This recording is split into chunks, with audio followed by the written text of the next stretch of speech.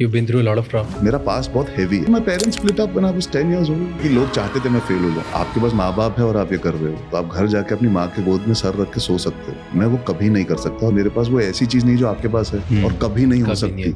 मैं जितनी मेहनत कर लूं, मैं जितनी प्रार्थना कर लूं, वो कभी नहीं होगी मेरे पास. What affected you the most at that time? I find it difficult now to cry. क्यों? You have to be the strong boy in the family. मैं सबसे ज्यादा vulnerable अपने बहनों के साथ. मैं जब जानवी खुशी से जुड़ा, अब तो कुछ बचा ही नहीं था. मतलब we had experienced something, me and Anshula, और फिर जानवी खुशी were going through something that we wouldn't wish for our worst enemies. तो I think हमारी शुरुआत ही vulnerability से हुई. I feel the most myself with them. What you're doing today, do you think your mother will be proud of you? Yes. Yes? How are you in a relationship as a person? I have a fear of loss. मुझे हमेशा लगता है कि मेरी माँ मुझे छोड़ के चली गई. My father made a choice. So there's a fear of loss that exists. So there's almost a feeling of eventually. सब चले जाएंगे. But I've been a pretty decent boyfriend. I'm understanding. My emotional quotient is pretty high because of what all I've experienced in life. My father and mother supported me to whatever extent they could, but financially I became independent the day I started working. Really? Yeah. I've never taken anything from my father.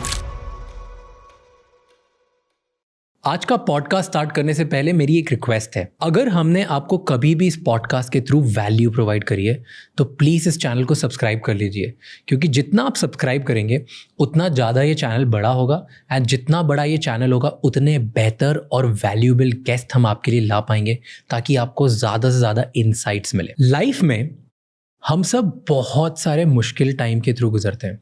Heart breaks, grief, trauma.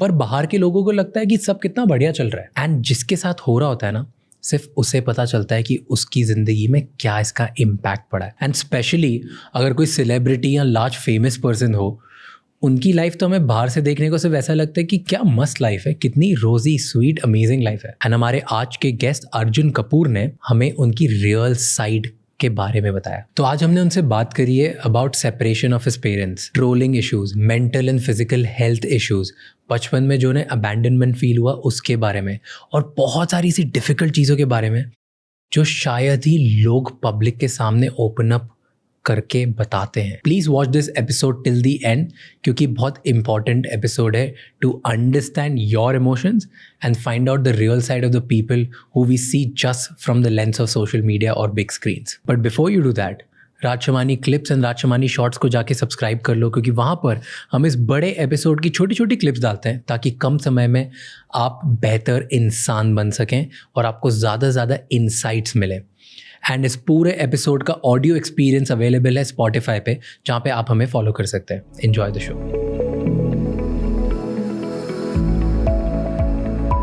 Tell me about your childhood. तभी कहाँ पे, where were you born, how was it, like how were you as a kid, all of that.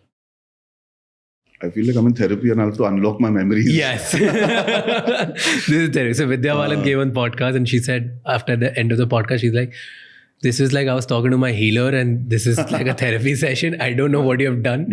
So therapy, be prepared. हाँ, तो therapy में ये सब बातें मैं कर चुका हूँ. बस फिर बताओ थेरेपी की अच्छी बात, highlight. See, unlocking your core memories also is very tough when you've been through trauma, you know. So कई बार होता है मुझे अभी. हाँ? You've been through a lot of trauma. Yeah, I mean, if you look at my life, if you just scan through it, there's been enough of trauma in terms of I've lost my mother when I was 25, just before the release of Ishq Zadeh. So that's a pretty traumatic time, just on the cusp of starting a profession where I didn't know what my future was. I lost my backbone. But I'm talking about like way earlier. No, in my childhood, yeah, my parents split up when I was 10 years old, and that's something at that point in time didn't feel that it would shape me and change the course of my life entirely, because I was dealing with it in real time. But today, when I look back, there's a lot of things that, like for example, my father was busy making 2 big films when that was happening. He was making Prem and Roop Ki Rani Chorak Raja. He was under a lot of pressure to complete those films and release them. So we never had a normal father-son relationship where he came to school to pick me up or drop me. He never. I mean, he tried. It's not. See, listen. Nobody wants to do this, but he was doing a lot. So I never had that, and then the split happened also. So then time became even lesser. So that is slightly traumatic when you look back in retrospect. Now I have an equation with him where I spend more time with him, but I'm 39. I mean, over the last 5 years I've spent more time with him. Again, in traumatic circumstances, our bridging of our relationship happened. So बचपन में यार देखिए, see, I always say वो बहुत अजीब. I had a very good childhood. मुझे पता नहीं वो बहुत the adjective. It's just generalizing. I had an interesting childhood. Okay. I grew up very fast. I also realized I have to be responsible and also be well behaved and also not be problematic for my mother because I knew what was going on. It also was a high profile situation at that point in time because my father is a well known person as it is. Our family is well known. And things happened. But at the same time, it's not like I went through hell because of it. It was balanced out. The dad's family was there, dad was there. But as a child, I was a very naughty child to begin with. I was very good with studies also. I was very, very good till about 4th standard, which is when I turned 10. 4th standard, 4th, 5th. No, but I was very into it. And then the split happened. And now when I look back, I feel I couldn't behave upset and spoiled and throw a shit fit about it. The fact that I wanted this to not happen. But I think somewhere I lost interest in being good at education because I felt that's a rebellious beat. मुझे ऐसा लगता है कि I chose to look away from that because I felt, you know what, I don't need to do this.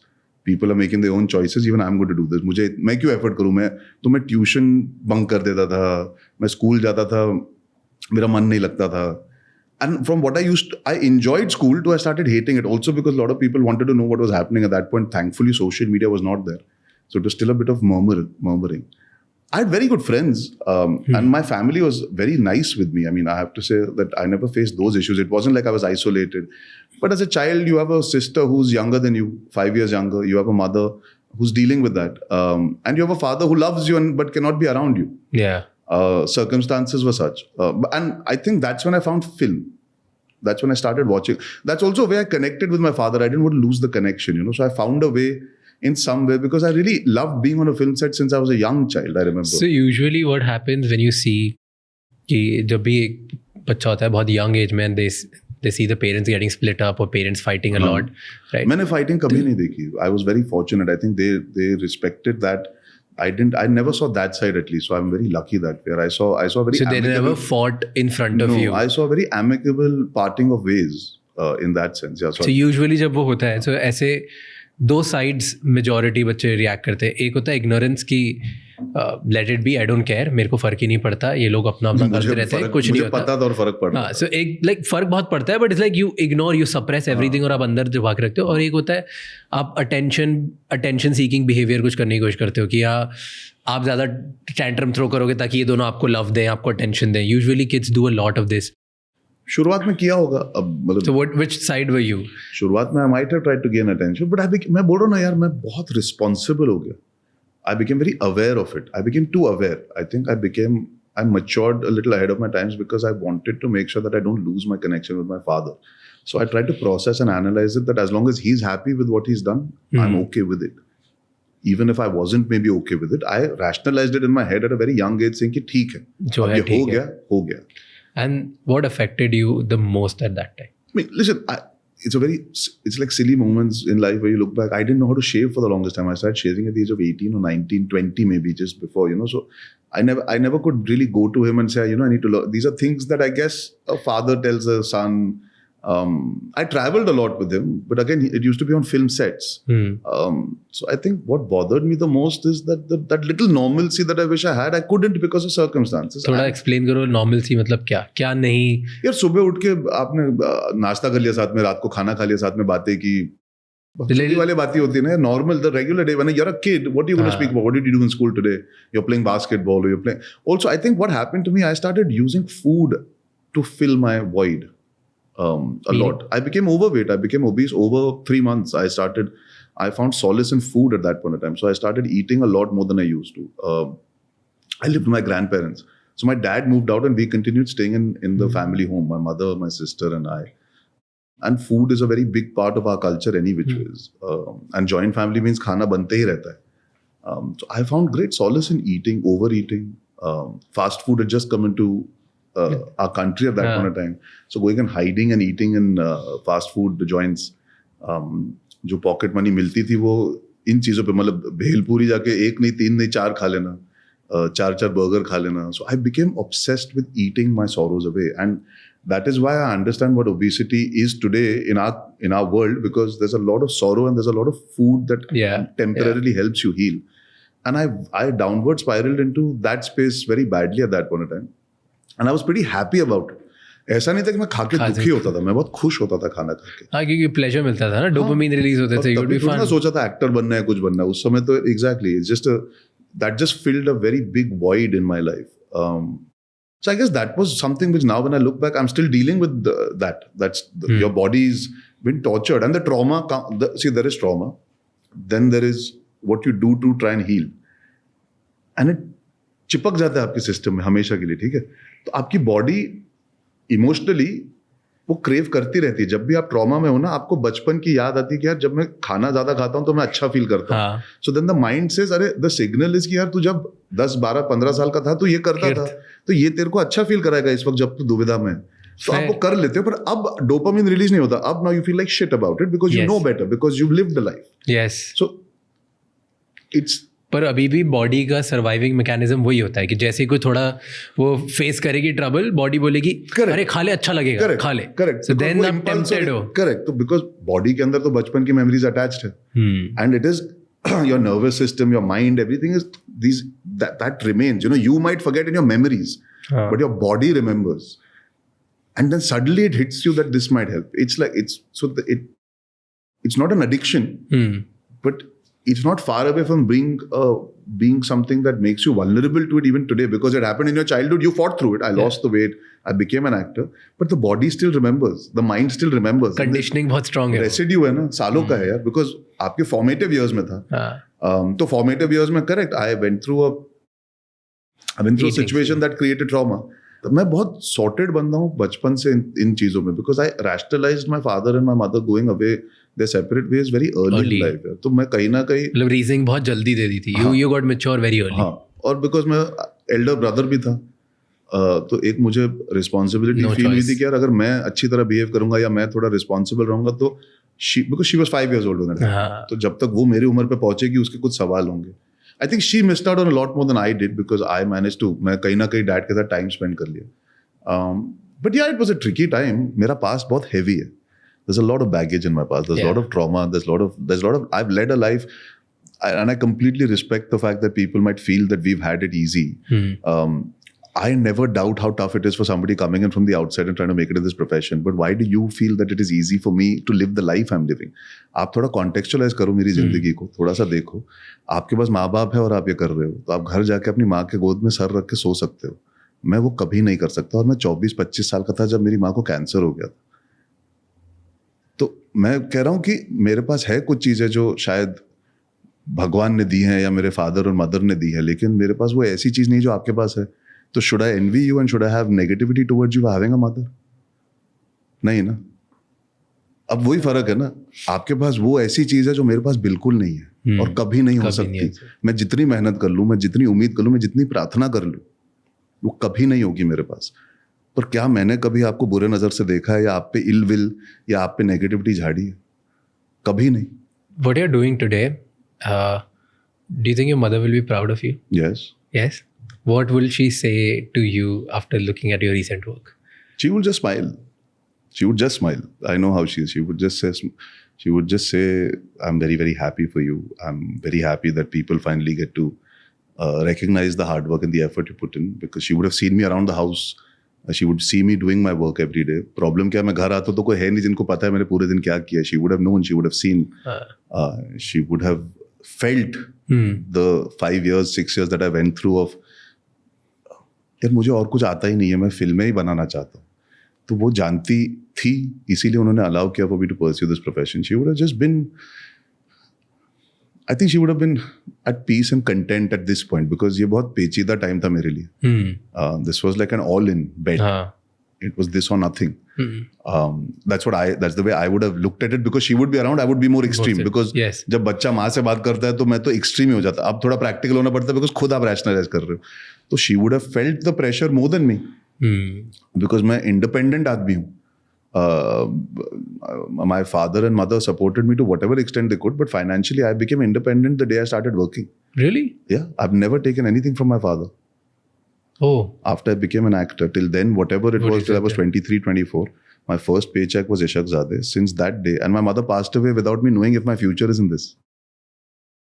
So after that, till today, I have never, and he knows that, and I think he's proud of the fact that I've never ever any asked. And that's the only thing I feel was the right thing for me to do. I wanted to be an identity that he's proud of, that ये independent आदमी है यार, इसने अपनी जिंदगी का सही इस्तेमाल करके अपने आप को उतना काबिल बना दिया है कि ये अपनी देखभाल और अपनी बहन की देखभाल अच्छी तरह कर सकता है.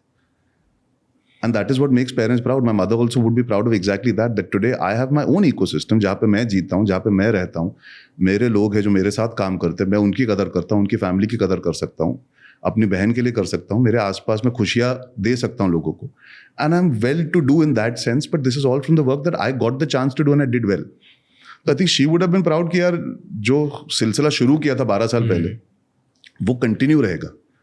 बिकॉज वो मुझे कई बार डर लगता था कि यार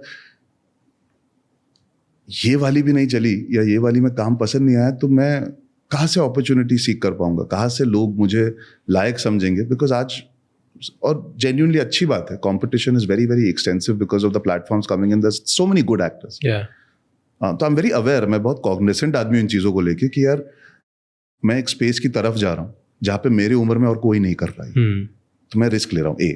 दूसरी बात है, मुझसे बहुत बड़े बड़े कलाकार, दिग्गज कलाकार है एक फ्रेंचाइज के अंदर, तो मैं एक हिस्सा हूँ. I can get overshadowed, I can get lost, I can end up being the worst part of the film. जो कहीं ना कहीं एक मीम टेरिटरी ऑलरेडी क्रिएटेड थी इन द अनाउंसमेंट टाइम. तो मेरी अवेयरनेस बहुत हाई थी इस चीज को लेके कि this is a gamble, not from the enjoyment of doing the work but the result. See, you don't work for the result, you work first because you enjoy the process. But इस point पे मुझे पता था result का consequence है मेरी जिंदगी में. और इस टाइम पे प्रॉब्ली एंजॉयमेंट का फन भी नहीं होगा कि पूरा time you must be thinking कि ओके सिंघम आ रही है, इतनी बड़ी फ्रेंचाइजी है, there's Rohit Shetty, there's Ranveer Singh, there's Akshay Kumar, there's Ajay Devgan, there's like big names और सब चल रहे हैं, सबके करियर. बट एक्चुअली मेरे से प्रेशर उठ ही गया. मैंने बोला ये सब तो लोग इनको देखने आ ही जाएंगे, मैं अपना काम अच्छी तरह करता हूँ. मेरे लिए बहुत आसान हो गया था एक्चुअली, बिकॉज इतनी बड़ी फिल्म थी और इतने सारे लोग थे. मैंने कहा ये तो मेरे लिए I can go to set and just be an actor and do what the director wants me to do, और मैं अपना काम एंजॉय करना चाहता हूँ. उस पॉइंट पे ना मुझे काम करने की जरूरत थी. जो मेंटल स्थिति थी मेरी, जहाँ पे मैं था, जहाँ पे मैं एक फेज पे था जहाँ पे मैं बिस्तर से उठ नहीं पा रहा था, प्रोक्रेस्टिनेट कर करके बस पड़े ही रहा था. ये film I like genuinely a shot in the arm, जहाँ पे मुझे लगा यार ये मौका है to go and again reinvigorate myself with the work. Because मुझे काम से बहुत ज्यादा लगा हुआ है यार, all aspects of film making. मतलब मुझे बहुत अच्छा लगता है सेट पे होना, मैं बच्चे की तरह हूँ सेट पे.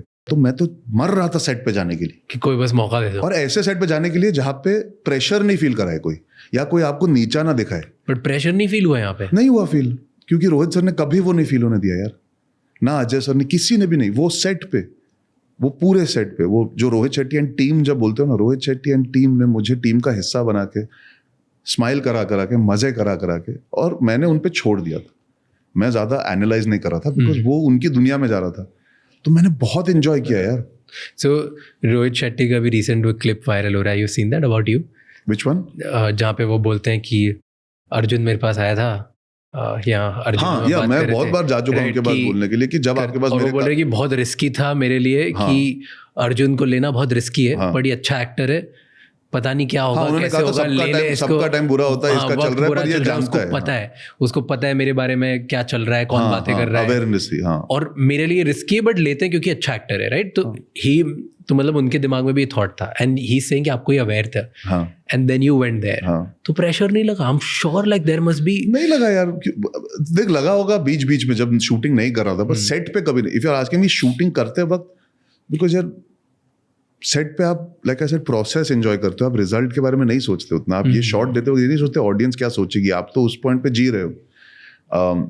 And how did you reach out to Rohit Shetty? So I had met Rohit sir many years back when I saw his earlier films also. मैं जाके मिला था और उन्होंने हमेशा एक बहुत अच्छी चीज़ कही कि जब तेरे लायक कुछ होगा मैं तुझे दूंगा. I don't want to offer you anything just for the sake of it. I had always been in touch with him. I've always been a fan. Her picture देखता था उनकी. मैंने चंदन में देखी है सिंघम, मैंने गेटी गैलेक्सी में जाके देखी है उनकी फिल्म में, मैंने ऑल द बेस्ट भी देखी है, मैंने सिम्बा भी थिएटर में 2 बार देखी है. और मैं हमेशा उनको फ़ोन करके बात करता था या मैसेज कर देता था. He would call and I would speak. जब मुझे पता था कि सिंघम अगेन बनाने वाले, ये सर्कस के पहले की बात है, तो मैं एक्चुअली तब गया था उनके पास. अजीब चीज़ है, और मैंने हमेशा बोला था सर वो नेगेटिव रोल के लिए, बिकॉज मुझे लगता है जयकांत शिकरे जब था और वो जो मुझे ऐसा लग रहा था कि यार इस बार कुछ कौड़ी लाएंगे जो इंटरेस्टिंग होगी एक विलेन के लिए. तो मैंने जाके बस एक अर्जी रख दी थी कि सर अगर आप सोचोगे तो ही सेड यार मैं लिख रहा हूँ, मैं बताऊंगा तेरे को, and then I left it at that, and then I used to engage with him very occasionally when time allowed, but मैंने उनको जाके बोल दिया था मैं अगर आप सोचोगे मैं कर लूंगा, और उनका एक दिन फोन आ गया और उन्होंने पूरी इज्जत से मुझे नरेशन दी, ऐसा भी नहीं कि बेटा आके कर ले तू चुपचाप, ज्यादा सवाल जवाब मत कर, ही सेड लिखा है तू सुन और बता, मैंने सुना and I agreed to do it, and I think Rohit sir said that somewhere also यार कि लोग सिर्फ अभी अर्जुन की बात करें मुझे अच्छा लग रहा है, you know I don't mind if he takes ownership of the film, and that's very graceful, I felt very happy यार, बिकॉज आई थिंक एक्सपेक्टेशन बहुत कम थी मुझसे, फैक्ट ये है कि लोग चाहते थे मैं फेल हो जाऊं, एंड बाय लोग I mean the people are slightly critical and slightly clickbaity and slightly more trolly. क्यों चाहते थे लोग फेल हो जाऊं? It's easy dartboard to throw your darts on ना। कई बार क्या होता है ना, लोगों का रिएक्शन आता है मेरे सरनेम से, मेरे पर्सनल लाइफ से, and the lack of films panning out, and the feeling being that he doesn't like working, he doesn't care about working, he is not interested and he doesn't deserve to be an actor. There was a very heavy sentiment created like that because films didn't pan out. And the physicality that I struggled with for a long period of time in the middle of my career, which happened because of something that I spoke about very recently. So I knew the sentiment made it easy as a target figure because audience को मैं subtitle नहीं दे सकता ना, मेरा thyroid start हो गया था ये time पे. या मैंने पूरी कोशिश की लेकिन डायरेक्टर प्रोड्यूसर ये फिल्म को इस तरह देख रहे थे, जब मैंने स्क्रिप्ट पढ़ी थी ऐसे थी पर शूट ऐसे हुई. या मैंने एक फिल्म की थी जो एक्चुअली अच्छी थी लेकिन उस टाइम पे कोविड आ गया. हम सब we can not give explanations behind the films not working and panning. Narrative बनता चला गया. अच्छा देख, जब सोशल मीडिया की शुरुआत थी ना, नैरेटिव्स इतने वैल्यूएबल नहीं थे. It was all over the place. तो आप इतने मायने नहीं देते थे. थॉट क्या था, काम करो, पिक्चर चलेगी, सब अपने आप समझ जाएंगे.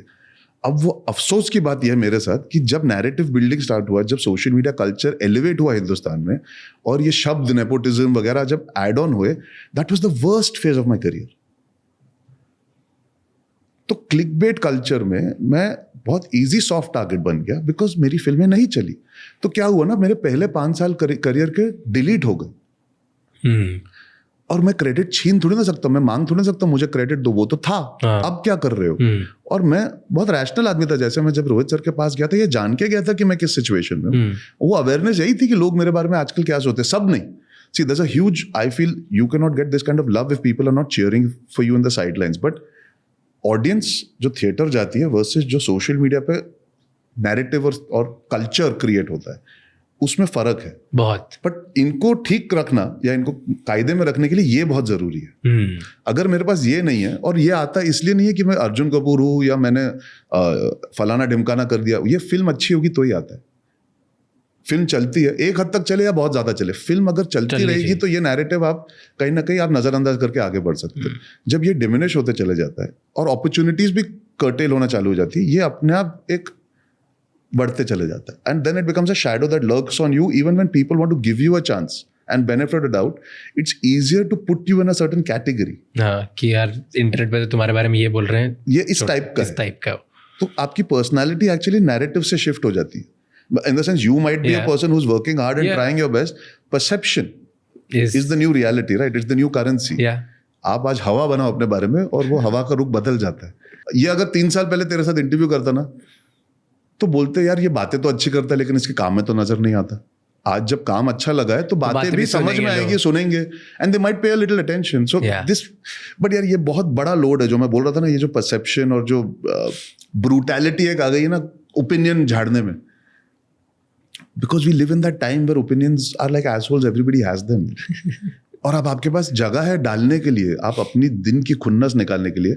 आप मीन भी नहीं करते. मेरी आधी प्रॉब्लम क्या है ना, यही सेम लोग मुझे फॉलो भी करते हैं और मुझसे मिलकर सेल्फी भी ले लेंगे और फिर मुझे गाली देंगे. हाँ, तो मैं वो कंफ्यूज हो जाता. But then I also realise that there is lot of, एक तो दैट्स ट्रेमेंडस चीप थ्रिल कि आप एक दुकान में बैठ के अपने दोस्तों के साथ भगचोदी कर रहे हो और बोलते देख मैं इसके नीचे कॉमेंट लिखा, देख मैंने लिख दिया है. And you laugh and you've forgotten, but that might reach me or that might affect the way people think. आपने जाने अनजाने में किया है. एंड इतने ऐसे लोग हैं जो ऐसी भगचोदियां करते रहते हैं. अच्छा अभी क्या, आप क्लिक बेट के लिए यूट्यूब वीडियोस बनाओगे, फोटो तो मेरी इस्तेमाल करोगे, गाली मुझे दोगे. आपका कल्चर है कि आप चाहते हो कि आप जितना नेगेटिविटी झाड़ोगे उतने आपको सब्सक्राइबर मिलेंगे. बट फिर आपको उतनी ताकत होनी चाहिए कि जब अच्छा काम हो तो आप वो भी अप्रिशिएट करो. वो नहीं होते. Like I once read a review And the reviewer's job is to review the film to give me feedback so I can get better at it. हाँ Because मेरी aspiration ये है, मैं हर रिव्यू पढ़ता हूँ. हाँ एक रिव्यू था कुत्ते का हाल ही में, और मुझे लगता है मैंने कुत्ते में ठीक ठाक काम किया. कभी तो देखेगा, मुझे लगता है ठीक ठाक काम किया. जो भी था आई could have done better, which every actor feel. But ऐसा नहीं है कि मैं अझेल हूँ या मैं बकवास हूँ या मेरे वजह से बर्बाद हो रही है पिक्चर. ऐसा नहीं कि यार ये क्या कर रहा है. हाँ उतनी मुझे समझ है. उसने रिव्यू में लिखा है, वो लड़की ने, he should not be an actor and go and pursue something else. That is not criticism, that is a fucking opinion. And that is a very personal opinion. And you are writing for a very known, that's a very personal dig to make at a human being. It's like me reading a review and saying, you shouldn't be reviewing, you should actually be going and milking cows. आप कौन होते हो मुझे बोलने वाले critic होके कि आपको ये नौकरी नहीं करनी चाहिए. मैंने आपको वो पावर नहीं दी, मैंने काम प्रेजेंट किया, आप काम को क्रिटिक कीजिए. बोलो अच्छा लगा, खराब लगा, ये बेटर हो सकता है. आप बोल सकते हैं, हाँ आप बेशक बोले कि यार उसकी मुझे लगा कि he could have done this better, that better. Like ऐसे ऑडियंस टिकट के पैसे देती है सर आंखों पे, क्रिटिक्स अगर जेन्युइन रिव्यू करेंगे सर आंखों.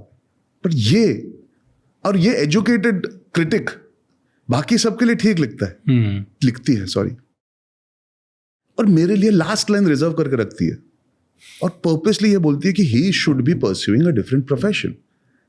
And I messaged her on Instagram which she is not red ever, and I said I respect the review but I do not respect the personal attack because you are creating a narrative where people will read this, innocent people who feel it is easy for a critic to write this and then they will also form this opinion, they will also write this for clickbait. तो आप narrative वहां से create कर देते हो, तो you need to be responsible. मैं अगर आप बाहर आके बोल दूं कि सारे क्रिटिक ऐसे हैं, तो मैं critics I'm being generalizing it and I'm aware of that ना. मैंने कभी आके बोला है कि यार ये इनको कुछ नहीं पता. भाई कुछ लोग हैं जो समझदार है, तो मैं क्यों जनरलाइज करूं लोगों को. पर आपने मुझे बोला कि आप इस नौकरी के लायक नहीं हो, आपको कुछ और करना चाहिए. That's the most brutal form of bullying somebody in the garb of being a writer. Don't use your work to pinpoint what I should and should not do with my life. Compare किया कभी खुद को किसी से? नहीं किया यार. मैं वही तो बोल रहा हूँ, मैं आया था इंडस्ट्री में सबके साथ काम करने के लिए. अगर तू मेरा फिल्मोग्राफी का ग्राफ देखेगा तो at the peak of my first 100 crore film in my age group, जब मैंने 100 करोड़ दिए थे, तब तो परसेप्शन भी नहीं बनाई थी. मैं तो बस शूटिंग कर रहा था. मैंने फाइंडिंग फाइनी कर ली थी जो दीपिका के साथ एक इंग्लिश पिक्चर है. अब मैंने की थी यार, मुझे लग रहा था मैं एक फिल्म करूंगा, होमी अडेजानिया डायरेक्ट कर रहा है, नसीरुद्दीन शाह, डिम्पल कपाड़ी और पंकज कपूर मेरे साथ एक गाड़ी में बैठ के एक्टिंग करेंगे, कितना मजा आएगा यार खेलने में उधर. मैं तो प्लेग्राउंड की तरह गया था. अगर आप देखोगे पोजिशनली और परसेप्शन एंड दैट एटीट्यूड की, यार I should have been saying यार Deepika Padukone and me should be doing a mainstream commercial entertainer at this point of time, so I can optimise the two state success and she is optimising from Ramleela and Yeh Jawaani Hai Deewani. But I went and chose this. अब वो picture is the most well reviewed film of my career. It's an English film, so it's also abstract in the choice. And I did that out of my own conditioning of wanting to go and play with these actors and learn. तो मैंने कभी ये नहीं सोचा था कि यार मैं मैनिपुलेट करके करेक्ट फिल्म करूं दीपिका के साथ. अच्छा, मैंने आई थिंक ऑल्सो इसलिए भी नहीं सोचा बिकॉज मुझे लग रहा था यार करते रहेंगे ना काम, मतलब ये भी करना चाहिए. So I never ever came and say कि every film has to take a step. Maybe that's wrong. Strategic thinking नहीं होनी चाहिए. Maybe I needed to be more strategic, but I was more emotional, more impulsive, more like a student of cinema, more happy to be here and enjoy this world. I also felt very fortunate that I had been accepted. So you have to understand, मैंने कभी भी ये नहीं सोचा कि मैं बस अब क्यों ना arrived. I always thought fuck, I am in the very elite few number of people that the audience has given love to in the first 3 years of his career. मैंने पहले 3-4 फिल्मों में इशकजादे की, औरंगजेब की, गुंडे की, 2 States की, ठीक है, finding Fanny is my 5th film and then Tevar and कियान का happened, ठीक है. So this is I'm talking about from 2012 to 2016. In my first 3.5-4 years of working, this was the kind of films I'd done. So and कियान का also did well. Finding Fanny flop थी और 35 करोड़ का धंधा है. तेवर फ्लॉप हुई और 35 करोड़ का धंधा था. तो कहीं ना कहीं आई फेल्ट यार ठीक है, काम करते रहेंगे, करेक्ट फिल्म आके आपको एलिवेट करती रहेगी. आई नेवर थॉट अबाउट ये क्या कर रहा है, वो क्या कर रहा है. शायद सोचना चाहिए था और शायद प्लान थोड़ा बेटर करना चाहिए था. बट जब फिर बीच में प्लान करने की कोशिश की, सब गलत हो गया. सब गलत पड़ गया. क्या गलत हो गया? कहाँ प्लान करने की कोशिश करी? No, like for example, there was a point when I did till Mubarak I went on impulse and instinct, and Sandeep or Pinky Farrar I shot during the same. I was obsessed. I wanted to work with Dibakar Banerjee and I loved Anees bhai. So I was very very happy. I was getting यार 1 साल में मुझे अनीस बज्मी और दिवाकर बैनर्जी मिल रहे थे shoot करने को। तो मैं तो बोला था क्या ग्रोथ है यार, मुझे कॉमेडी करनी है, अनिल कपूर के साथ करूंगा। मैंने सेट पे नो एंट्री पे देखा था क्या कर सकते हैं, एंड अनीस भाई जो नरेट करते, जिस तरह एग्जीक्यूट करते, he is a master today. I am so glad that people are giving him even more love because he is genuinely unbelievable when it comes to the craft of making films for our common man's entertainment. Okay. And at the same time, a director that is a clutter breaker and has an opinion and is giving you a take on society in a very cerebral way. तो मुझे वो बहुत exciting लगा था कि दोनों एक ही साल में हो रहा है, एक ही साल में दोनों मजा आएगा। अच्छा, मुबारका का ट्रेलर आया and it didn't land. Half girlfriend लगी थी, उसने 10 करोड़ की ओपनिंग ली थी और फिर the film petered out to some degree. Mubaraka's trailer didn't land and I didn't have a film to do. I was shooting for Farrar but मेरे पास आगे कुछ काम नहीं था। तो मैं बैठा था and मुझे एक फिल्म ऑफर हुई जो एक फ्रेंचाइज थी उस समय, नमस्ते इंग्लैंड। मैंने उसे पहले ना बोला था एक पॉइंट पे फिल्म को, बिकॉज मुझे लगा था हाफ गर्लफ्रेंड और इसकी स्टोरी काफी सिमिलर थी, तो आई सेड यार मैं कर रहा हूँ। तो मुझे लगा अच्छा फ्रेंचाइज है, परिणीति है, हमारा विनिंग कॉम्बिनेशन रह चुका है, अच्छा ये रिकवरी है, ये एडजस्टमेंट है, फिल्म बड़ी है, लंदन में शूट होगी, पंजाब में शूट होगी, स्केल है, 4 गाने हैं, ओके हम मैनेज कर लेंगे। और सोसाइटल वाला ऑप्शन भी वो डंकी वंकी वाला वाला हाँ, तो उसमें वो कबूतरबाज वाला पूरा एक्चुअली तूने देखी है पिक्चर? नहीं, I have spoken to Vipul Shah, so that's why I know. तो and nothing wrong with what he was trying to do, Ritesh had written it, their intent was to make the film. I had said no because I had a genuine reason. I shouldn't have done that because I had the reason. मुझे material पे overlap लगा था, तो कहीं ना कहीं एक instinct को मैंने नहीं बैक किया और मैंने एक प्लान्ड वे में वो फिल्म हाँ बोल दी। It just made sense, right? It ticked all the boxes. तो मेरा ये था यार अगर मुबारका नहीं चलेगी तो मेरे पास एक इन हैंड एक मेन स्ट्रीम पिक्चर है जो आएगी, तो ये चल जाएगी, मतलब बढ़िया हो जाएगा। वर्स्ट केस यार Namaste England you are doing after Namaste London at come, you are thinking Parineeti और मैं, आप एक मिनिमम गारंटी लेके चल रहे हो पिक्चर की। जो मैं नाइव था उस टाइम पे, मैं शायद I was 32, 33. You think you're on top of the world. That's the best age of your life to be arrogant, right? And not the bad kind of arrogance. The arrogance of कि संभाल लेंगे यार। हाँ, जो होगा देखा जाएगा। Because the film is being put together because you're the actor. There's a certain number being attached to it. Your pre-sales are there. जो technicality होती है business की। I get it. तो मेरा ये था संभाल लेंगे। कितना बुरा हो जाएगा? अब वो unfortunately अफसोस की बात है कि वो film was the starting point of my career going downhill very extremely at that point of time. तो वो नियत जो थी वो मैनिपुलेटेड थी, वो नियत जो थी वो स्ट्रेटेजिक थी। कुछ लोगों को इनहेरेंटली आती है ये चीजें, मुझे नहीं आती है। Few actors are very strategic. They're very good and they should be like that because that is where there's a difference. अब हम सब सेम हो गए तो फिर मजा नहीं आएगा ना, सब बोरिंग हो जाएगा। बट मैं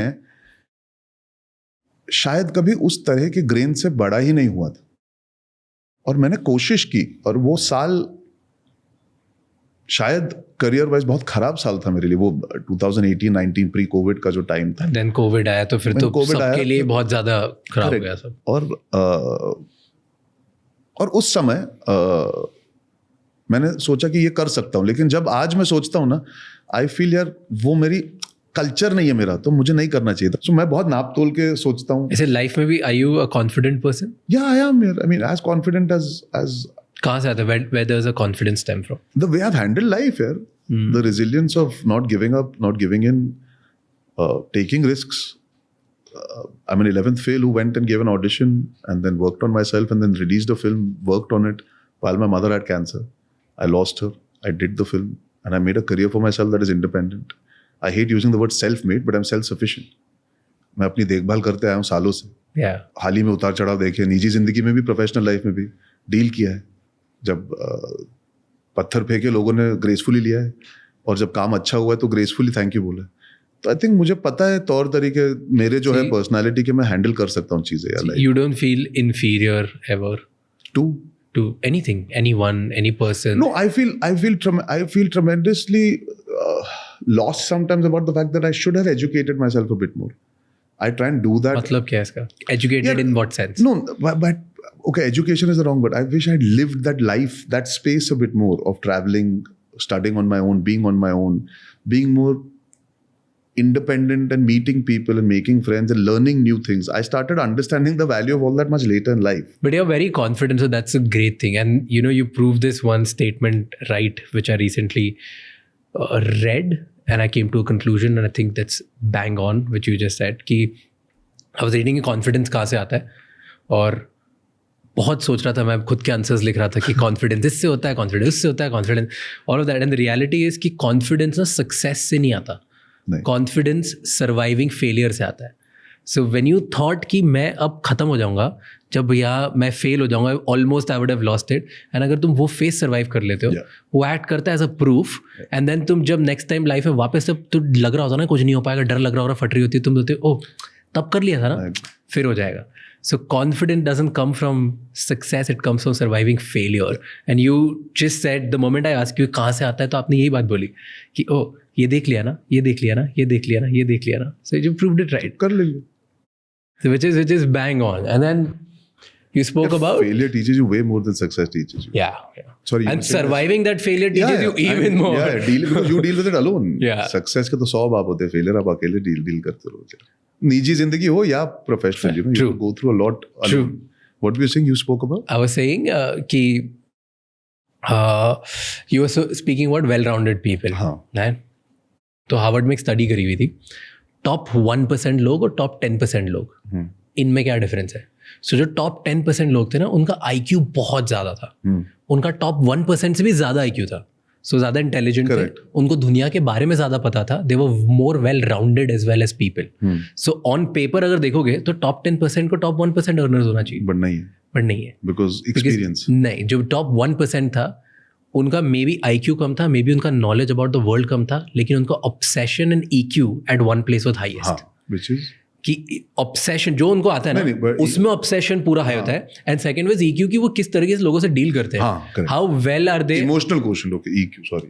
तो वो कितने अच्छे से अपने इमोशंस बता पा रहे हैं. कोई टेक्निकल टर्म है, मैं बोला यार ये सर्च करना पड़ेगा एग्जाम के लिए. मैं थोड़ा नहीं, वो अपने इमोशंस कितने अच्छे से लोगों को बता पा रहे हैं, and at the same time कितने अच्छे से वो समझते हैं खुद को कि मेरे में गलत क्या अच्छा क्या, और मैं स्टिक करूंगा इस पे.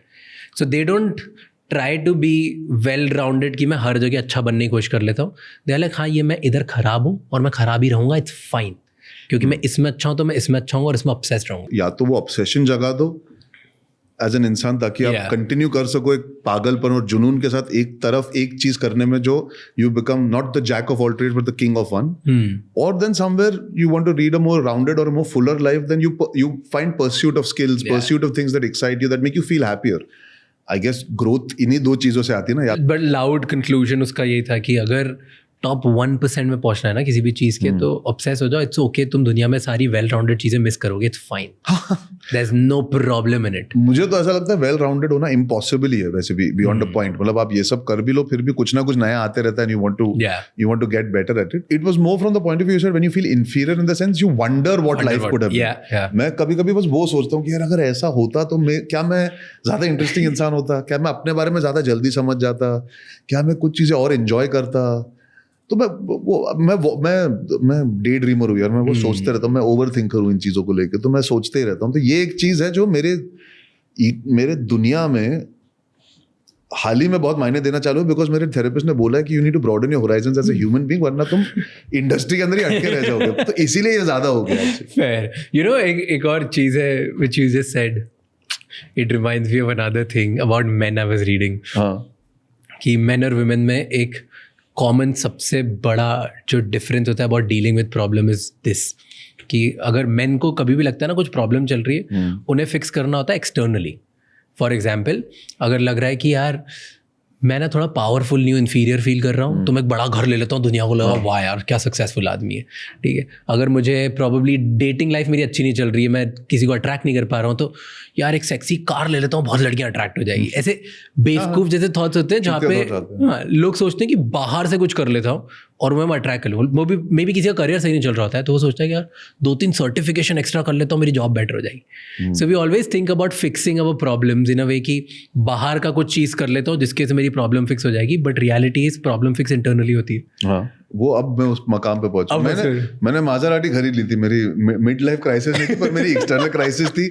मैंने माज़राटी खरीदी थी बिना टेस्ट ड्राइव किए हुए. मेरा एक वो था, मैंने माज़राटी देखी थी, तभी नई आई थी मुंबई में, मतलब मैंने लंदन में देखी थी, मैंने देखी थी बस रास्ते पे माज़राती लेवांट SUV. तो मेरा ये था कि I want to be the first person who, और वो बहुत अजीब चीज़ है, मुझे उसकी करने की ज़रूरत नहीं थी. मैं अच्छी सी गाड़ी टेस्ट ड्राइव करके थोड़े कम पैसों में या ज़्यादा पैसों में ले सकता था, बट मेरा वो था कि यार ये because I want to show that I'm a successful person. at Yes, that point in time. because you the moment you feel कि कुछ void है, लड़के कोशिश करते हैं कि बाहर से कुछ ले लो मेरा तो होता दुनिया कि को यार, दिखेगा. I don't need to bother test driving it. It's ये खरीदिए, ये बेच दूंगा, कोई और ले लूंगा या दो और ले लूंगा.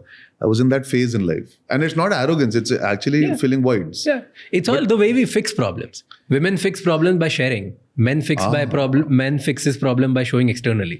This is how That's quite mostly interesting, happen. actually. Yeah, when I look back at what you're saying, yeah, and also I think that's something that makes us different also. ना Yeah. हम लोग social conditioning भी एक चीज होती है ना. बहुत.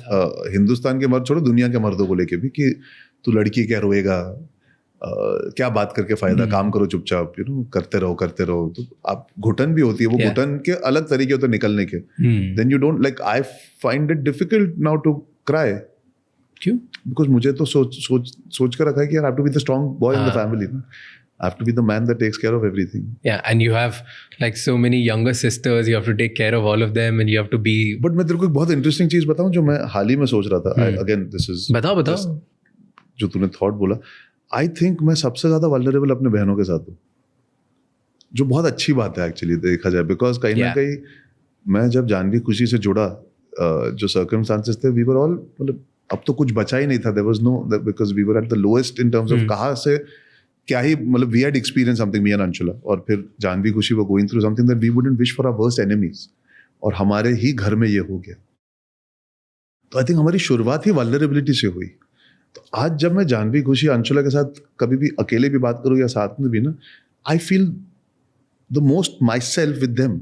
बहुत अजीब चीज़ है. I feel like I can say मेरी, एंड मैं पहले भी बोल चुका हूँ, जानवी के साथ मैंने ऐसी बातें की हैं बैठ के, जो शायद मैंने कभी अपने आप से नहीं की थी.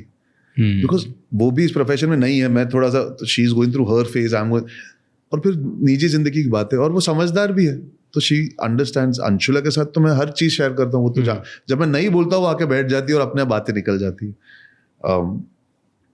तो आई समवेयर फील यार, वो अब मेरे अंदर वो कल्चर था कि आई टू बी द मैन, लेकिन जब इतनी सारी अच्छी औरतें मेरे आसपास आई है ना, it's allowed me to be vulnerable. And I think therapy has definitely helped me in processing. But I'm very, very blessed that my sisters have allowed me to also be open. Actually, ulta hona chahiye. They should be relying on me. But emotional fulcrum unke kafi strong hai, because they've all processed it much better and faster maybe. Or they're healing to some degree because they processed it. I had not processed it. मैं भागदौड़ में busy था. अब process कर रहा हूँ तो एक ओवरलोड है, सेंसरी ओवरलोड है, जहाँ पे हर चीज मुझे ट्रिगर करती है इमोशनल होने में. तो I have them to go to, Yeah, that's so beautiful. Many people don't even have that. And in fact, there was a statement I was reading. जैसे मेरे पास, because I don't have mom, तो कहीं ना कहीं वो एक void था. And then now I have 3, 4, and I mean Sonam, Riya of course are there, but कहीं ना कहीं ये I've been able to also allow myself to fill that void with these kind of emotions and relationships. So maybe I don't have the happiness of having mom around, but I have nice amazing women in my life that allow me to be vulnerable. Because एक बच्चा अपने माँ के सामने ही सबसे ज्यादा vulnerable होता है. बाप के सामने तो आपको कहीं ना कहीं दोस्ती तक हो सकता है, लेकिन you don't get emotional beyond a point. Although me and my dad have got emotional about things in a good way. That's not the thing, but I get it. मेरी माँ का void कहीं ना कहीं मुझे लगता है इस स्पेस में आके अब भरना चालू हुआ. void नहीं भर सकता, लेकिन एक you want somebody to go and, जैसे मैंने कहा था ना, मैं जाके लेट नहीं सकता किसी के गोद में, पर बातें तो कर सकता हूँ, तो वो मुझे अच्छा लगता है. And Janvi said ना, I think in some statement कि Arjun was always there when there was a hard time. So probably that also, like you all shared each other's, like you were there for each other, so now उसकी वजह से एक bond और strong होती है. 200%. And वो उस time पे रहते और हम चले जाते या परे हो जाते तो वो बनता नहीं, हम एकजुट हो गए and we continued. And एक इम्पल्स था. देखो, मेरी माँ की परवरिश जो मेरे और अंशुला की है, मैं इतना बोल सकता हूँ कि if tomorrow my father is in trouble, my mother's impulse would have always been go and be there with him. If my father is hurt, if my father is upset, if my father is not okay, the first impulse was go there and be there for him. If today I have to go there and be there for him in a time where he lost somebody that he loved so dearly, and he's crazy about, and he felt so emotional about, and he was broken, and we have experienced that as kids. Our backbone, we know what it feels like. We were dealing with it then, we are dealing with it today. अब भी मैं जब बात करता हूँ, I deal with it. I just thought of my mom, and I thought if she was alive, she would have said, go be with him. and don't make it about yourself right now. You need to be there for them. And I just remember I just followed that, and Anshul also said, yeah, we must go, and we went. And पर bother नहीं किया ये कभी कि यार मेरे साथ तो किया नहीं? यार अभी उस टाइम पे इतना सब कुछ चल रहा था नाराज कि यार ये थॉट्स आ जाते तो फिर again we would have distanced ourselves, you know. So we were, I think we were trying to give everybody the leeway of जो है वो टफ टाइम्स दैट जो है वो है. अब अगर आई एम ऐसा नहीं कि मैं कोई संत हूं कि मेरे अंदर ये थॉट्स नहीं आए होंगे, बट दे नेवर ओवरपावर्ड और clouded my judgement toward them. ऐसा नहीं था कि ये देख लिया. I am sure, I mean again I go back to when you do therapy and stuff, there are things that you remember that trigger certain reactions, but it never led to any altercation, it never led to that chaos. And how are you as a brother? For you have so many sisters, right? How are you a typical that brother? How are you with their friends and their boyfriends and everyone? Are you that? मैं बहुत अच्छा हूँ यार. नहीं मैं बहुत अच्छा हूँ. It's like, oh, मेरी बहन को कोई डेट नहीं कर सकता. नहीं यार, प्लीज करो यार, please have you.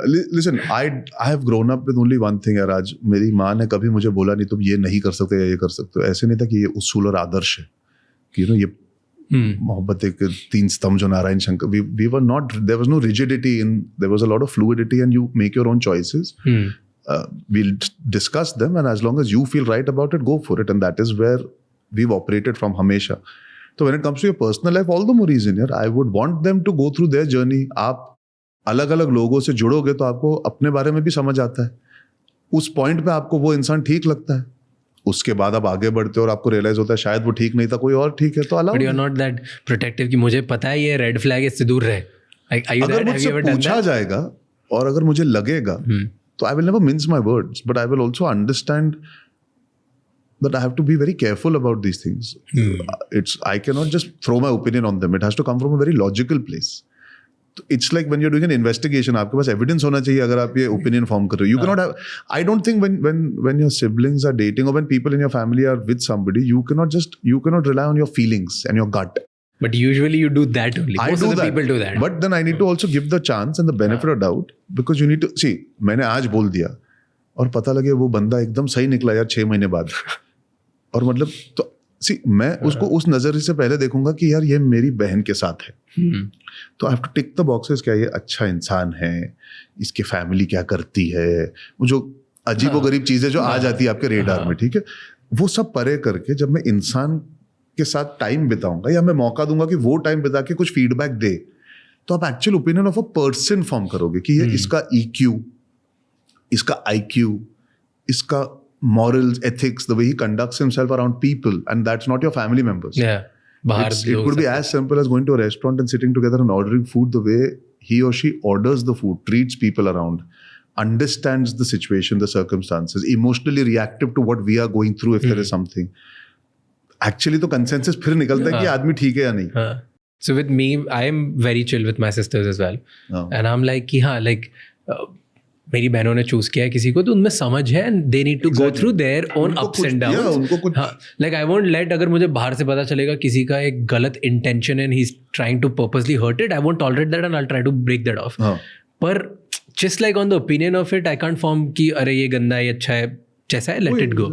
Right? And then there was this one guy, और I had an opinion कि वो सही नहीं है, just gut feeling, okay. And but I could never tell this to my sister. कि यार मेरे your sister's older than you or younger than me, okay. तो I'm like, वो मुझसे पूछे कि क्या लगा, तो मुझे पता ही नहीं क्या लगा, क्या देखा नहीं पता, I don't know, so I can't form that. क्योंकि अगर they were seriously dating and I thought कि अगर ये कभी फॉर्म होता है कुछ, मैं हो सकता है पूरा रॉन्ग हूँ क्योंकि मैं तो ज़्यादा इन्वॉल्व भी नहीं हूँ लाइफ में, मुझे पता ही नहीं होगा. So I should not create unnecessary doubts in my sister's head. Correct. कि फ्यूचर में लाइफ में हमेशा सोचती रहेगी कि यार राज ने कुछ बोला है, एंड शी मतलब शी रिस्पेक्ट्स माय ओपिनियन. तो I was waiting for this and I was like क्या बोलूँ, कैसे बोलूँ. One day she tells me कि they broke up, and in my head I am like shit, I was right. But then I still couldn't tell her, and I was like, let it be, it's okay. And देख, अगर कोई आपके सामने हो जाए चीज तो फिर it's easier for you to say I always figured it out. दो लोगों के बीच में क्या होता है, क्यों नहीं बनती, क्यों बनती है, क्यों लास्ट होता है, नहीं होता है, वो सिर्फ वो दोनों जानते हैं. नहीं, मैं तो आज भी बोल ही नहीं पाया ये कि जरूरी भी नहीं तेरा बोलना. It's not important. It was just a gut feeling. I don't know. वो जताने वाली बात है कि मैं तो हमेशा से जानता हूं. Exactly. तो क्या करोगे आप? True. I can be wrong about 20 other people probably. I would have been. आप अपने रिश्ते पे ध्यान दो. Your relationship with your sibling should not be affected because she's dating somebody. That is the only thing that matters. But that's a very great thing to say because not many people do that. Like a lot of my friends, when I tell them I am just like the way you are with your sisters, मेरे दोस्त बोलते क्यों ऐसा है ये क्या? I'm like, why not? Your experience teaches you. Allow them to experience whatever they have to. They're making choices. Yeah. Listen, if it's going very badly wrong and if you come to know that there is a genuine issue where you need to get involved, obviously आप करोगे, involve हो जाओगे. 100%. तो उसके अलावा मतलब मैं खुद अपनी पर्सनल लाइफ और प्रोफेशनल लाइफ संभाल रहा हूँ. उनको भरोसा देना पड़ता है कि आप जानते हो क्या कर रहे हो. Like you said, you have to empower them. मैं भाई हूँ, मैं माँ और बाप नहीं हूँ. ठीक है. You cannot take yourself so seriously कि मैं बड़ा भाई हूँ तो मैं ये कर दूँ वो कर दूँ. भाई, you are supposed to be an emotional support. आपको फोरग्राउंड में नहीं आना है, आप बैकग्राउंड में सपोर्ट के लिए. और वो भी ये नहीं कि फिजिकली दिखाना है. They should just know that you are there. Yeah. And how are you in your personal relationships? Are you a more chill, sorted person or you're bad? No. Have you, okay, first question before even we go there. कभी ऐसा सोचा है कि यार मेरे को ना मेरी रिलेशनशिप पब्लिक नहीं रखनी चाहिए? नहीं, वो एक टाइम पे था जब वो फेज था. जब you see today the media and the industry has changed also over the last. When I made my debut and when I was growing up and watching, there were a lot of things that were clandestine and for a rightful reason, because it affects the way people perceive you. There's too much of chitter chatter that happens about. See, it's one thing to have a few lines of gossip without confirmation. The moment you confirm things, then what happens is now there's a culture of a lot of invasion of wanting to know everything that the couple is up to. और आपने ये कर दिया तो क्या उधर वो चल रहा है. So today I feel there's a lot more information overload of your personal life that comes with the fact that you have to be open about it, because आज आप रेस्टोरेंट में जाके खाना नहीं खा सकते without being spotted. Everybody has a phone. I'm saying forget the paps.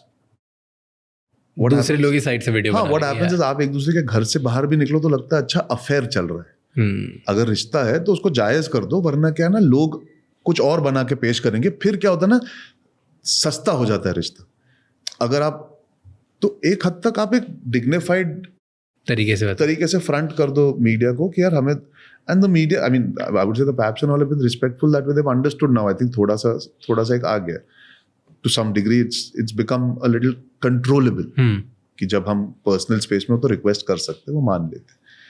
जब मैं बड़ा हो रहा था तो नई बातें होती थी इन सब चीज़ों की, because it was a different time. You could afford to have your own privacy and your own space. I feel that was interesting also because it allowed you to be private.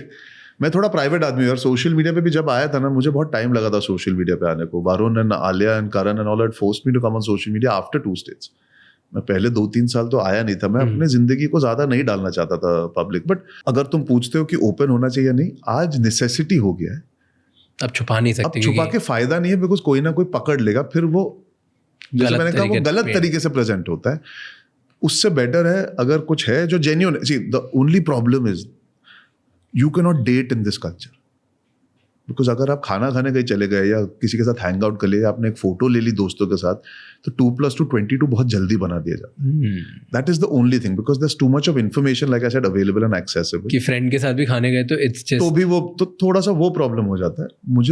मैं prefer करता थोड़ा balance, कि you figure your shit out. If you're in a relationship that feels comfortable enough to be in public and not be bogged down by the eyeballs and the attention that you get, फिर you should come out in the open. How are you in a relationship as a person?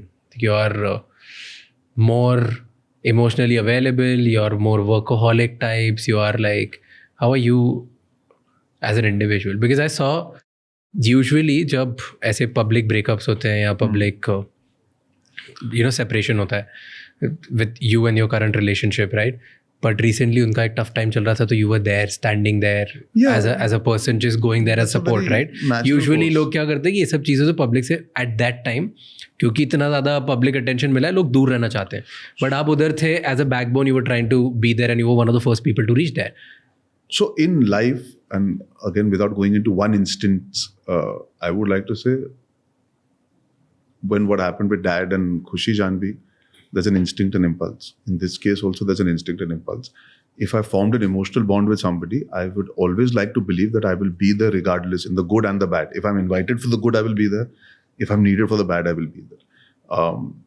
I'm not somebody who has a lot of friends. I'm not somebody who's doing this for all and sundry. पर अगर मुझे एक emotion मेरा महसूस होता है किसी के साथ तो वो जिंदगी भर लगा रहेगा, भले वो पर्सन चाहे या अगर नहीं चाहे तो मैं समझ जाऊंगा और मैं डिस्टेंस बना लेता हूँ अगर चीज़ें वर्कआउट नहीं होती लाइफ में. In the past whatever is transpired in my other equations. I don't know how I am in relationship Raj, वो तो तुझे उन लोगों से पूछना पड़ेगा, मुझे नहीं पता. मैं मानता हूँ ठीक ठाक ही हूँ.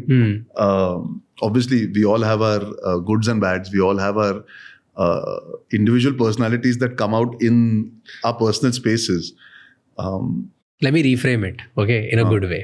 So अगर आपको point out करना हो कि maybe this एक reason के चक्कर पे my relationships don't work out because of me, what would that be? I think I have a fear of loss.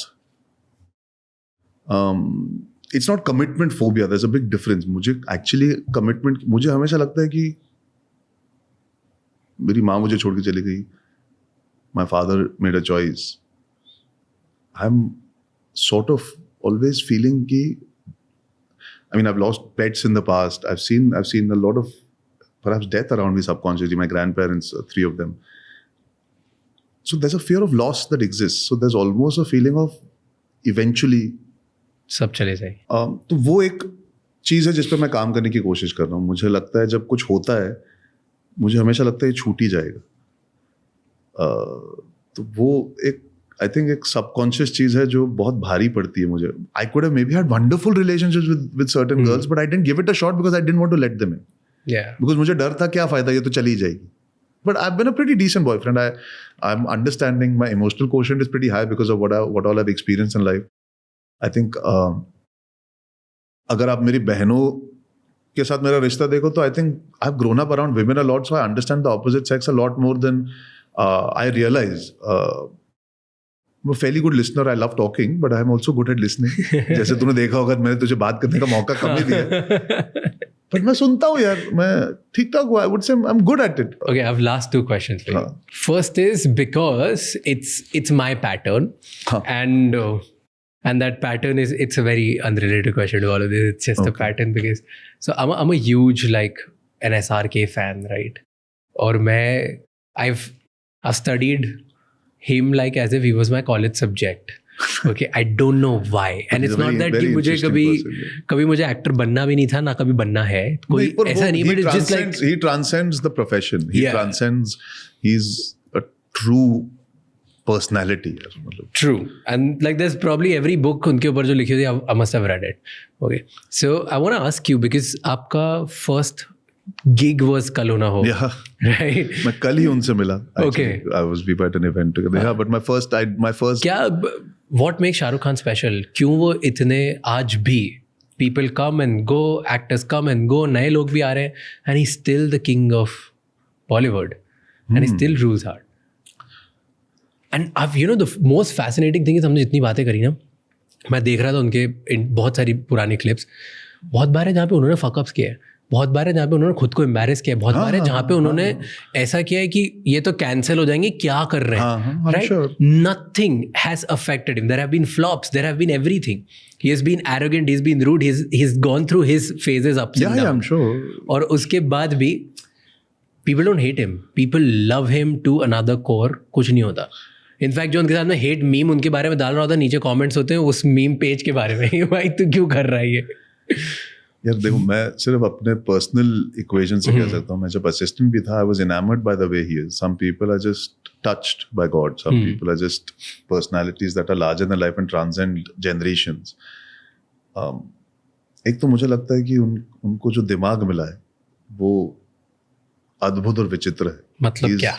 I think वो AI से भी आगे है. He processes, he understands. He has human compassion and he has human understanding. He's meticulous at the same time. He's got all the time in the world to be laid back. जब वो आपके साथ बैठते हैं, आपके आंखों में आंखें डाल के बात करेंगे, लेकिन एट द सेम टाइम उनकी अवेयरनेस स्किल इतनी है, उनको पता है कि बाकी 10 चीज़ें क्या हो रही हैं. ये मैं सोशल सेटिंग की बात कर रहा हूँ, ना कि पार्टी की, but even at a set वो आपको इज्जत भी दें. उनकी अपब्रिंगिंग अमेजिंग है मुझे लगता है कहीं ना कहीं. He has also suffered a lot of trauma by losing his parents and emerged out of understanding and has emotional empathy. He's somebody who's always, I think, been wanting to be more and more knowledgeable. He reads a lot. When he speaks, it comes from a place of learning. So I think he's not only in that 1%, but in that 10%. I think he's the He's both. 0.01% that is both. He's well rounded enough that he's always wanting to acquire. जैसे वो अब pedal की बात हो रही थी तो वो उस दिन पैडल की बात मैं वो खेलना चालू करना चाहता. So he's hungry. There is a quest to be bigger, better, broaden his horizons. I think he's just a special human being in that sense. When he operates, I think he's already at a higher playing field at an operational level here. Whether that's come from experiences or whether that's come from the gift that he's been given, I think he's made the most of that. He's a genius. मैं आज भी उनको message करूं, उनका reply आएगा. No matter how busy he is. No matter how busy, he will make sure he replies. When I meet him yesterday, I got a hug from him. It is not there is a certain personal warmth that man gives you. He's accessible to you, but at the same time, he's Shah Rukh Khan because you look at him that way, but he will never ever make you feel that way. पता नहीं यार, बहुत विचित्र experience है उनके आसपास रहना. There's an aura to him. I don't know if he's spiritual or religious, but there is an aura around him. I don't know. I cannot explain why he's like that. I think he's inexplainable. And that's the whole charm here. I just feel he's timeless. He's larger than life. He's everything here. But every time I've met him and spoken to him, it's left an impact on me. And that is how amazing. Even if we've hung out in a social gathering, in a party, or his house, if there is something, he connects with you, which is a bizarre, like I know मैं लोगों को मिलता हूँ और मैं engage नहीं कर पाता उतना. एक point के बाद आप हाय हेलो बोल के आगे बढ़ जाते हो. वो आपके अंदर झांक के आपसे बात कर लेते हैं और आप पे impact छोड़ जाते हैं. और बहुत he's somebody who feels. So when he expresses, there is a certain amount of genuine feeling that you feel. अब now I would like to believe I have experienced that and a lot of others have. ऐसा नहीं कि मैंने सिर्फ अपने लिए देखा है, मैंने हर जगह देखा है. और टैलेंट की बात करें, एज एन ऑन स्क्रीन बात करें यार, तो he's somebody who's, I mean, today he's in a different phase with Pathaan and Jawan in this action, entertaining, larger than life persona. But I think he was that everyday Joe that made people believe in dreams, because Raju ban gaya gentleman, yes boss, kabhi ha kabhi na. I think he's been the common man who's stood up and kind of reached. Then he became this aspirational lover boy that made us believe in romance.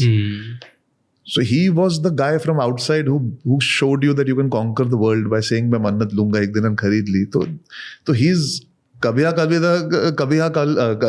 कभी ना के भी है और वो कुछ होता के भी है. So he's actually been the common man's connect with the emotionality and the ecosystem at the same time in the 90s. And for us as young kids who didn't believe that we were the best, perhaps, he sang, I'm the best, I'm the best. And he had a certain persona and confidence. It doesn't matter. He had the energy. He had the slight arrogance that you need. I think you need arrogance when you look at the overachievers or the achievers. You need to have an arrogance about yourself. And you need to believe doubly in yourself when nobody else does. I think when you see a Virat Kohli, the swag that we call, aaj ek word is swag. Actually, Shah Rukh Khan sir, Virat Kohli, the arrogance allows you to deliver because you know that you are above in a certain sense. You know you have it in you. But if you undermine yourself, the people will take that chance to undermine you more. So I just find him a very interesting. He's a person you can, like you said, study, learn, understand. Have you ever interacted with him? No, not yet. Unfortunately. I really want to do it once. He's genuinely an amazing person. And I can tell you, whenever you do interact with him, you will, जो तूने पढ़ा है, जो तूने सुना है, जो तूने देखा है, तेरा एक्सपीरियंस उससे बढ़कर ही होगा उनके साथ. He's an enigma and yet relatable. That's what he is. That's true. That's probably a very good and a beautiful descriptive answer that you have given. I really enjoyed that. एक line में नहीं दे सकते यार शाहरुख खान के बारे में एक answer काफी नहीं है actually. That's good. I really enjoyed that and I love it because I don't know why I like him, but I like him. It's just a thing and he is. मतलब ऐसे why अगर मैं strategically बताऊँ तो ऐसे 10 reasons दे सकता हूँ, 15 reasons दे सकता हूँ, but there is something about him जो आपने बोला, I think you beautifully put it out. He's a common man and he's an enigma. Like, and that's what makes him. He's relatable and yet he's when he wants to be, it takes a second, you know. So when I started podcast, he was I wrote down 5 guests that I really want. He's one of them. And like that one day. And I hope it happens. And I hope it happens on merit of the fact that he watches and he's somebody who watches. So you should put it out there and always believe that he's watching. He sees, he watches, he consumes. So Shahrukh sir, if you're watching, please. नहीं, वो genuinely करते हैं. मैंने notice किया. हम जब बात करते हैं ना, तो he's very aware of what's going on in society.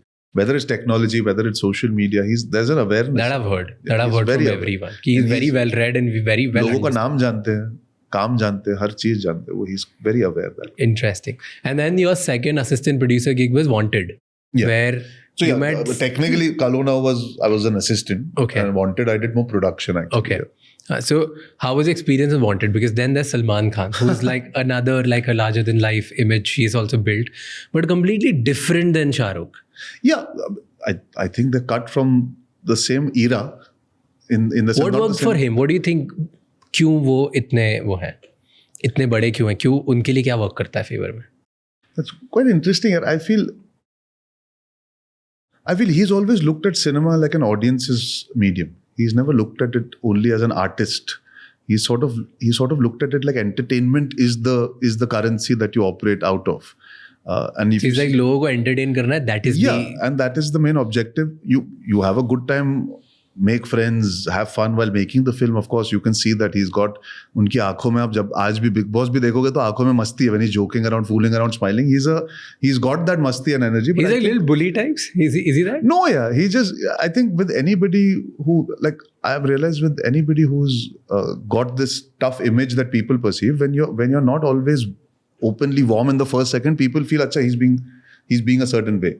There's a lot of warmth to the man. It's just he might not give it till the first second. But you have to allow that to happen. You know, it's like thawing of a अभी जैसे मैं तुझे मिला था, अब जो बैठा हूँ और पहली बार मिला हूँ, तो there are two different people. And that is misunderstanding that happens. Just because we are public figures, everybody doesn't operate with the charm from the get-go, you know. There's a switch on and off that takes some time. So yeah, I think he operates from a place of he really believes that the audience is paramount, and he believes the common man and the mass audience has always been paramount. If you see his body of work, he's always operated from entertainment. Even today, he does stage shows. Even today, when he's doing a Big Boss, it's a mass medium. Yeah. He's been a firm, and I think that's been his operation always, that he's working for a audience that became his audience, and now he's maintained and built that audience.